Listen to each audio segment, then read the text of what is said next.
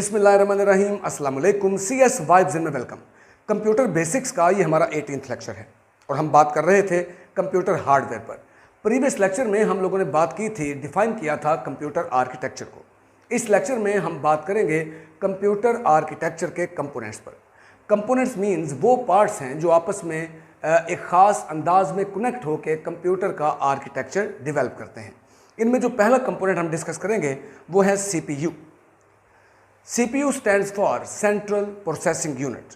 इसे कंप्यूटर का ब्रेन कहा जाता है।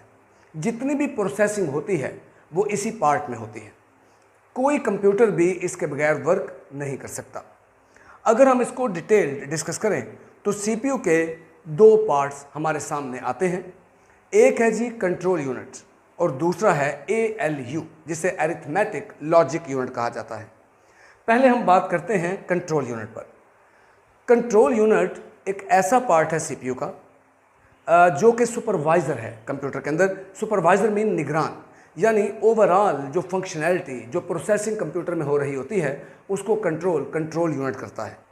कंट्रोल यूनिट की बेसिक 3 एक्टिविटीज़ हैं, जिनमें इंस्ट्रक्शन को फैच करना, नंबर 2 इंस्ट्रक्शन को इंटरप्रेट या डिकोड करना, और तीसरे नंबर पे इंस्ट्रक्शन की एग्जीक्यूशन को कंट्रोल करना। यानी फॉर एग्जांपल, अगर मैं आप लोगों से कहूं कि मुझे किताब पकड़ाएं, तो ये जो मैंने इंस्ट्रक्शन दी है, हमारा माइंड पहले उस इंस्ट्रक्शन को फैच करेगा। फैच करने के बाद हमारा माइंड उसको इंटरप्रेट करता है कि मुझे कहा क्या गया है, और उसके बाद उस पर अमल होता है। कभी भी ऐसा नहीं होता कि अगर मैं किसी को कहूँ कि मुझे किताब पकड़ाएं और वो आगे से मुझे गिलास पकड़ा दे। इट इज़ इम्पॉसिबल, क्योंकि हमारे माइंड में भी सेम वही वर्किंग हो रही होती है जो कि हम CPU में देख रहे हैं। हमारा माइंड भी इंस्ट्रक्शन फैच करता है, फिर उसको इंटरप्रेट करता है और उसके बाद एग्जीक्यूशन होती है। सेम इसी तरह से कंट्रोल यूनिट की ये 3 एक्टिविटीज़ हैं। फॉर एग्जांपल, एक यूज़र 2+2 इंस्ट्रक्शन जो है वो एंटर करता है कंप्यूटर में। अब वो इंस्ट्रक्शन मेमोरी में जाएगी। अब कंट्रोल यूनिट क्या करेगा, उस इंस्ट्रक्शन को मेमोरी से फैच करेगा, पहला स्टेप। दूसरे स्टेप में उसमें देखेगा कि इस इंस्ट्रक्शन में कहा क्या गया है, तो इसमें प्लस की जो है ना वो इंस्ट्रक्शन दी गई है, तो लिहाजा वो अरिथमेटिक लॉजिकल यूनिट में उसे सेंड करेगा और अरिथमेटिक काम होगा, और उसके बाद उसको एग्जीक्यूट करके आउटपुट दे देगा। अब हम CPU के दूसरे पार्ट पर बात करते हैं, ALU। ALU stands for arithmetic logic unit. नाम से जाहिर है, इसमें 2 तरीके की प्रोसेसिंग हो रही होती है, एक अरिथमेटिक प्रोसेसिंग और एक लॉजिकल प्रोसेसिंग। लिहाजा इसी पे बेस करते हुए ALU को भी 2 सब पार्ट्स में डिवाइड किया जाता है। एक इसका अरिथमेटिक यूनिट है और दूसरा लॉजिक यूनिट है। अरिथमेटिक यूनिट प्रोसेसिंग कर रहा होता है अरिथमेटिक एक्टिविटीज़ पर, यानी प्लस करना, माइनस, डिवाइड और मल्टीप्लिकेशन। और जो लॉजिक यूनिट है वो लॉजिकल प्रोसेसिंग कर रहा होता है। लॉजिक से मुराद, मैंने आपको पहले बताया था, लॉजिकल से मुराद कंपैरिजन करना, यानी वो इंस्ट्रक्शन जिनमें 2 डेटा आइटम्स को कंपेयर किया जा रहा होता है कि which one is greater than, which one is lesser than और which one is equal to. जो सेकंड कंपोनेंट आता है कंप्यूटर आर्किटेक्चर में, वो है जी input output unit. Input output unit एक इंटरफेस है between CPU and input output devices. यानी input output devices directly CPU के साथ कांटेक्ट नहीं कर सकती, डायरेक्ट अपना डेटा वहाँ नहीं पहुँचा सकती। उसके पीछे एक वजह है, जितनी भी इनपुट आउटपुट डिवाइसेस हैं वो आपस में डिफरेंट हैं अपनी शेप के लिहाज से, डेटा फॉर्मेटिंग के लिहाज से और स्पीड के लिहाज से। लिहाजा CPU के लिए इम्पॉसिबल है कि इतनी वेरिएशंस को एट अ टाइम डील करे।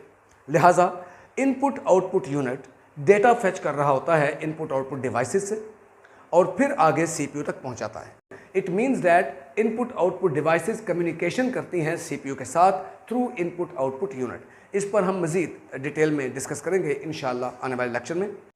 जो थर्ड पार्ट हमारे सामने कंप्यूटर आर्किटेक्चर का आता है वो है memory unit.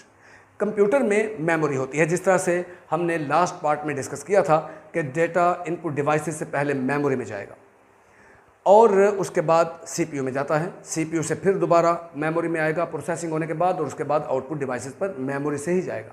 It means that memory एक किस्म का इस तरह का वर्किंग एरिया है कि जो डेटा भी इनपुट होता है वो भी मेमोरी से होकर CPU की तरफ जाता है और जब डेटा पर प्रोसेसिंग हो जाती है तो उसके बाद भी वो CPU से मेमोरी में आएगा और मेमोरी से फिर आउटपुट डिवाइसेस पर डेटा ट्रांसफ़र होगा। फोर्थ कंपोनेंट जो कंप्यूटर आर्किटेक्चर का है वो है जी बस इंटरकनेक्शन। जितनी भी डिवाइसेस हैं या कंपोनेंट्स हैं जो अभी हम लोगों ने डिस्कस किया कि कंप्यूटर आर्किटेक्चर में CPU है, मेमोरी यूनिट है, इनपुट आउटपुट यूनिट है, तो इन तमाम के दरमियान जो डेटा ट्रांसफ़र हो रहा होता है वो किस तरीके से होता है। तमाम कंपोनेंट्स के दरमियान कुछ मीडियम्स हैं, कुछ लिंक्स हैं जिनके ज़रिए वो डेटा एक कंपोनेंट से दूसरे कंपोनेंट में ट्रैवल करता है। लिहाजा वो लाइंस, वो इलेक्ट्रॉनिक पाथ जो इन तमाम कंपोनेंट्स को आपस में जॉइन करते हैं, कनेक्ट करते हैं ताकि इनके दरमियान डेटा ट्रांसफरिंग हो सके, इनको हम बसेस कहते हैं। तो लिहाजा ये पूरा एक इन वायर्स का एक जाल बिछा हुआ है मदरबोर्ड पर, जिसके थ्रू ये तमाम कंपोनेंट्स आपस में कम्युनिकेट कर रहे होते हैं। तो इसे बस इंटरकनेक्शन कहा जाता है। इस लेक्चर में हम लोगों ने डिस्कस किया कंपोनेंट्स ऑफ कंप्यूटर आर्किटेक्चर पर। इंशाअल्लाह नेक्स्ट लेक्चर में हम बात करेंगे कंप्यूटर मेमोरी पर, प्राइमरी मेमोरी या मेन मेमोरी पर। Thank you very much. अल्लाह हाफिज़।